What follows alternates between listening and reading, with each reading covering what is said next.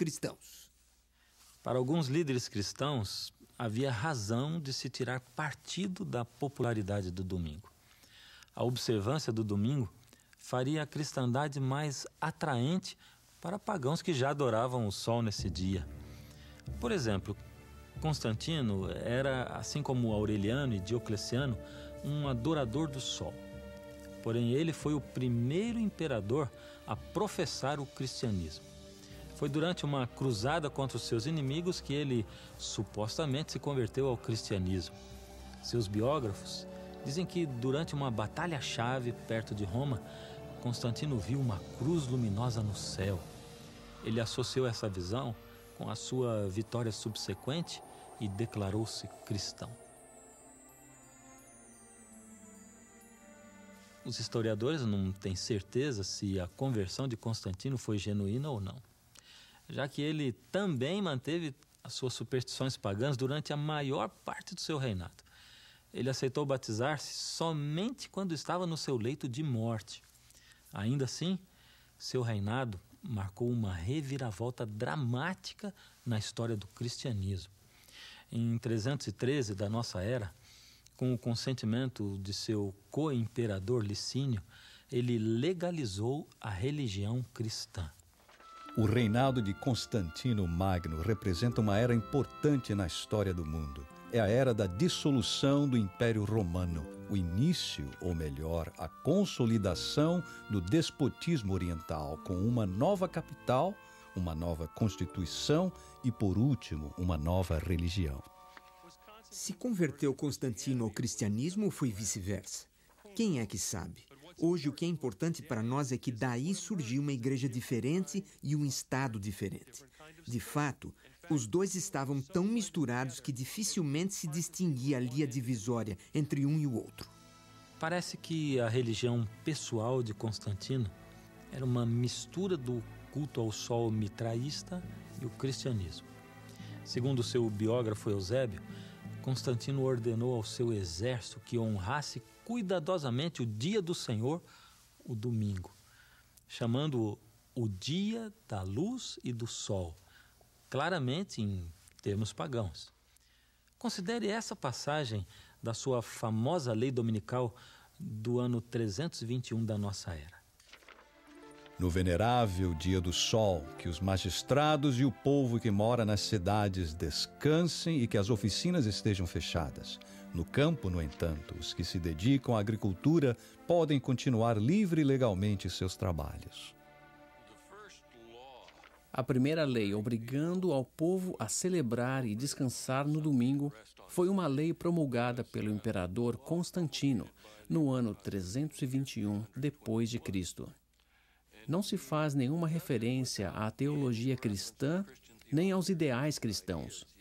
Se pede abster-se de trabalhar no venerável dia do sol, o qual é uma alusão ao fato de que o sol era mais e mais um objeto de adoração. Desta forma, a primeira lei dominical, ordenando ao povo a observar o domingo, não tinha nenhum sabor cristão.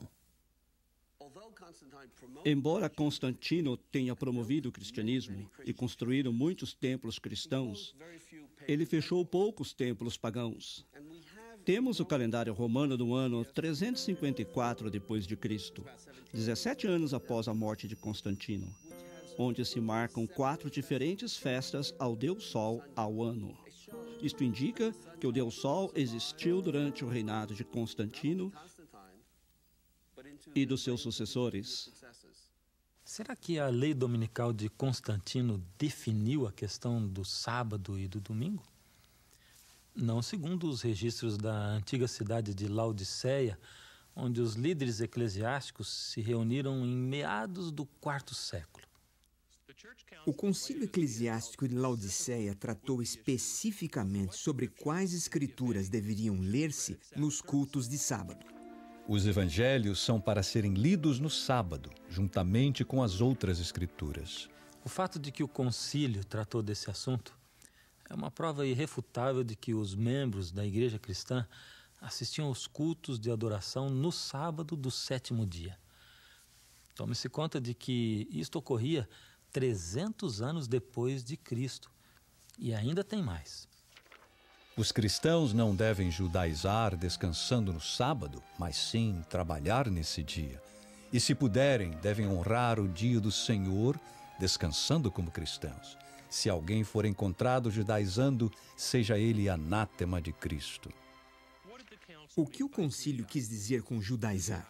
Os judaizantes eram aqueles cristãos que não trabalhavam no sábado, assim como os judeus. Os líderes cristãos queriam que todos trabalhassem no dia do sábado e se abstivessem de trabalhar no primeiro dia da semana, o qual eles chamavam de dia do Senhor. E isso estava de acordo com a lei dominical promulgada pelo imperador Constantino. Apesar da popularidade do culto ao sol e das leis dominicais dos imperadores, muitos cristãos continuaram adorando no sábado do 7º dia. De fato, foram poucas as igrejas cristãs que abandonaram o sábado.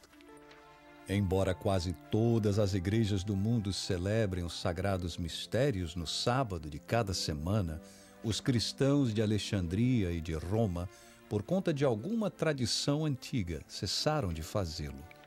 Sem dúvida alguma, houve cristãos que ainda observavam o sábado do 7º dia, mesmo na segunda metade do 4º século. Apesar de discussões teológicas, preconceitos antijudaicos e os decretos do imperador, o sábado esteve no centro do conflito entre os papas e os patriarcas. O dia semanal de descanso e de adoração tornou-se a prova de autoridade eclesiástica e a marca de submissão à soberania de uma nova forma de governo religioso. Foi a principal causa da maior brecha que dividiu a igreja cristã por 900 anos. Porém, falaremos mais disto quando voltarmos com o 5º programa da série O 7º Dia, Revelações das Páginas Perdidas da História.